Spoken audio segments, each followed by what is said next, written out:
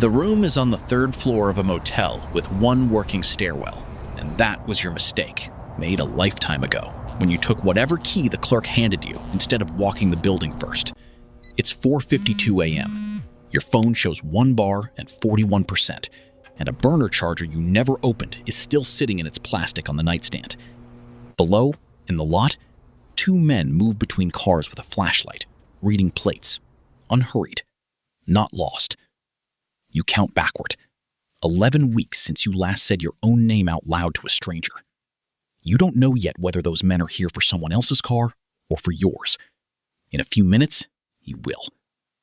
But first, go back 4 months, to the morning a courtroom waited for you, and you didn't show.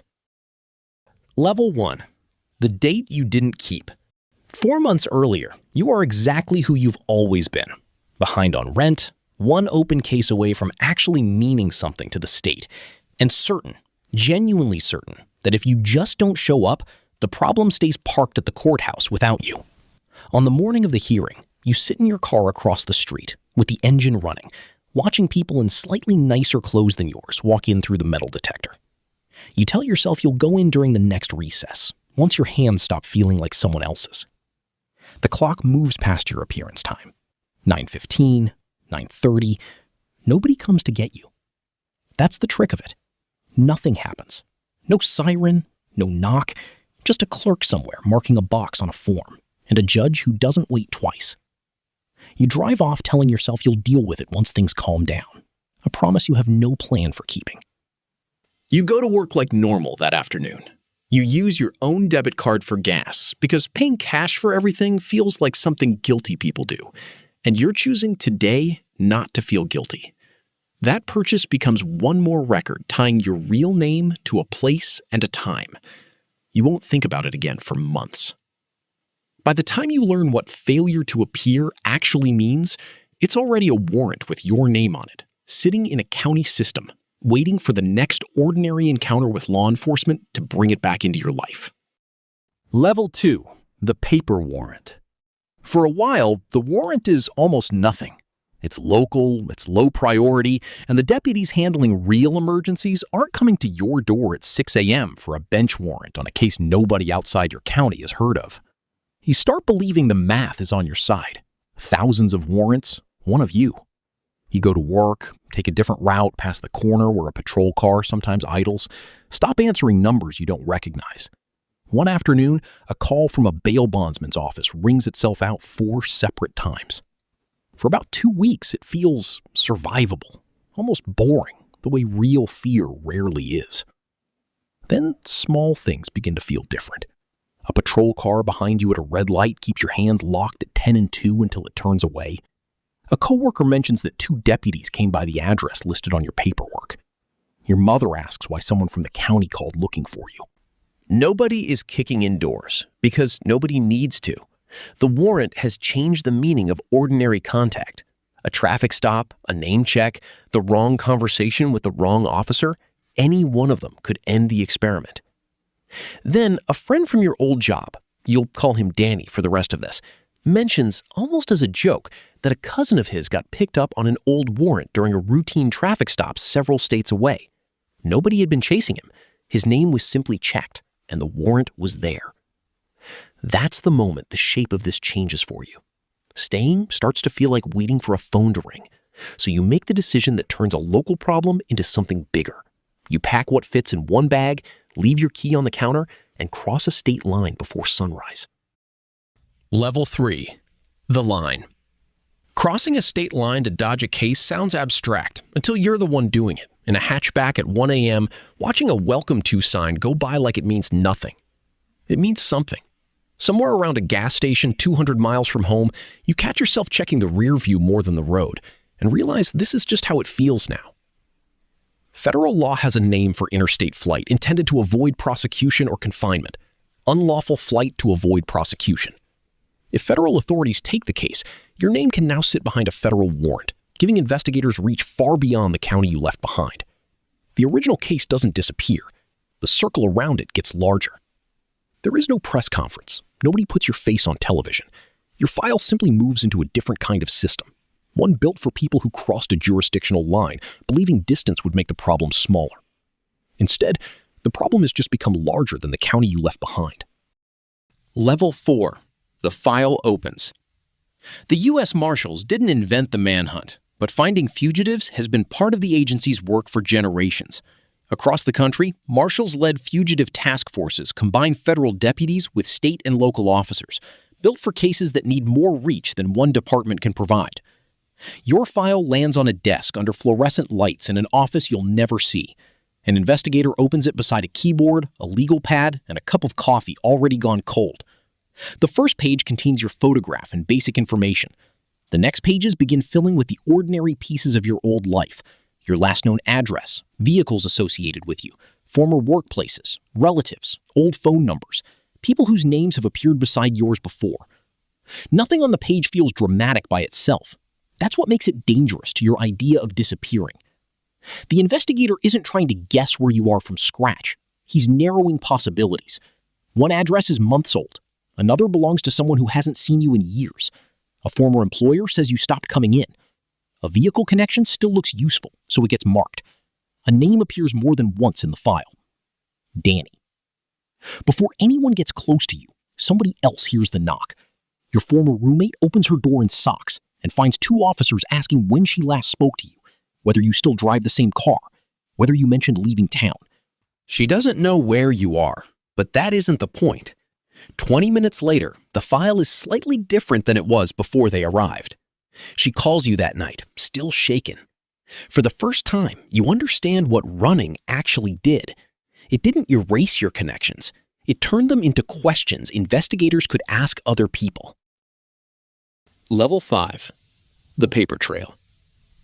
For a while, you feel like you're winning. New city, a cash job, a room paid for a week at a time. You've stopped using your real name for almost everything. Almost. Back in the task force office, the search no longer looks like one person staring at a map.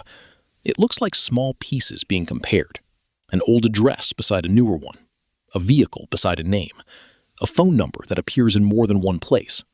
A legitimate record created months ago under your real identity. Investigators don't need every piece to point directly at your motel room. They only need enough of them to stop pointing everywhere else. One afternoon, an investigator pulls up a record tied to a city several hours from where you started. It isn't proof that you're there now. It doesn't have to be. He writes the city on the legal pad and compares it with something already in the file. Another connection points roughly the same direction, shrinking the circle again. The circle gets smaller. That is the part you misunderstand while you're sitting in a diner believing silence means safety. You think disappearing requires investigators to follow you in real time. It doesn't. Much of the work happens behind you. Every confirmed fact removes another place you might be, another story that no longer fits, another direction they don't need to search. Weeks pass without a siren outside your room, and you read the quiet as proof that the distance worked. In the office, your possible locations are becoming fewer. Level 6. Danny.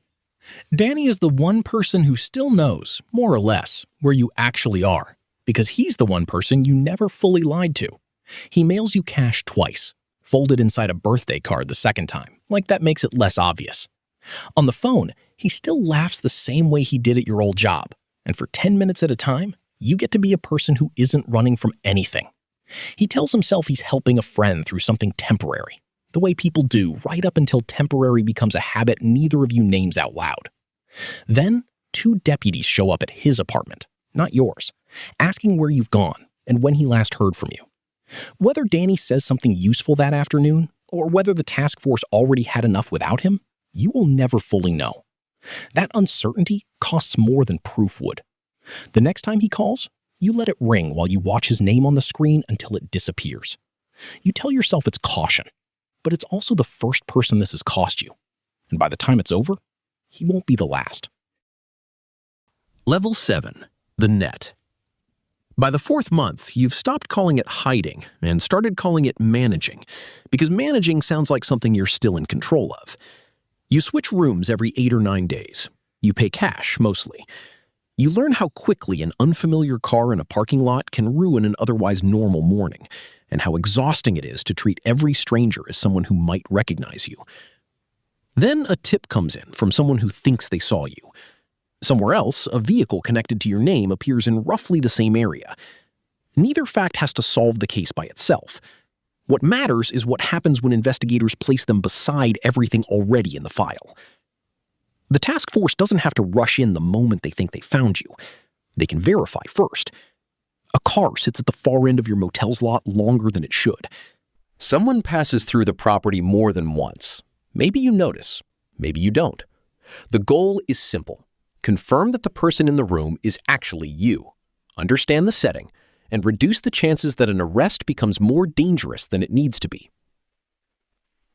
One evening, your car won't start on the first try, and for 30 full seconds, you consider leaving it behind and moving again before the engine catches. The moment passes. You tell yourself you'll stay one more week. By then, your biggest weakness isn't a database or a camera. It's exhaustion. 4 months of changing rooms and checking mirrors has made staying still feel almost like safety, which is exactly why you stay one night too long. Level 8. The room, which brings you back to the 3rd floor, 4:52 a.m. 1 working stairwell, 2 men in the lot with a flashlight. They aren't guessing anymore. By the time a fugitive team moves on a room, the objective is usually to know who is inside, understand the exits, and make the arrest with as much control as possible. What you can't see from the window is where the rest of the team is positioned, or how long they've been there. This is the part that rarely looks like the movie version. Many fugitive arrests don't end in a high-speed chase. They end at a house, an apartment, a parking lot, a workplace, or a motel room after investigators have already done most of the searching somewhere else. The knock, when it comes, isn't loud. A voice on the other side identifies law enforcement and orders you to open the door. You have rehearsed this moment in your head for months, usually with yourself escaping through some door you haven't found yet. There isn't one. You open the door already understanding, in the half-second before anyone says your actual name, that the running ended before the arrest did. The last few weeks were only the time it took for the people looking for you to become certain. You're back in the county you left, sitting in the courtroom you were supposed to enter 4 months ago. The original case is still there. So is the missed appearance. Depending on what happened while you were gone and how prosecutors handle the interstate flight, there may now be consequences that did not exist on the morning you first decided not to walk through those courthouse doors. The judge reads the record while your lawyer talks quietly beside you. 4 months ago, you imagined the worst part of the case was whatever sentence waited at the end of it. Now the question is different. How much worse did running make everything that came before it? Danny never calls again, and you never learn for certain whether he had to talk, chose to, or barely said anything at all. The uncertainty follows you longer than the friendship does. Nationally, none of this makes you unusual. U.S. Marshals and their task force partners arrest large numbers of fugitives every year, and many of those arrests look nothing like the manhunts people imagine. No gunfight, no helicopter hovering over a freeway. Most of the work happened before anyone reached your door. Records compared, people interviewed, tips checked, locations narrowed, patience applied, until there was almost nowhere left for uncertainty to hide. The system didn't need to be dramatic to find you. It only needed to stay patient longer than you could stay hidden. You didn't lose a chase. There was no chase. Not really. Only a file that grew a little heavier every week you thought you were pulling away, until one ordinary morning, the people behind it finally arrived at your door. If you want to understand how the rest of the system works before it ever gets that far, subscribe. The next file opens soon.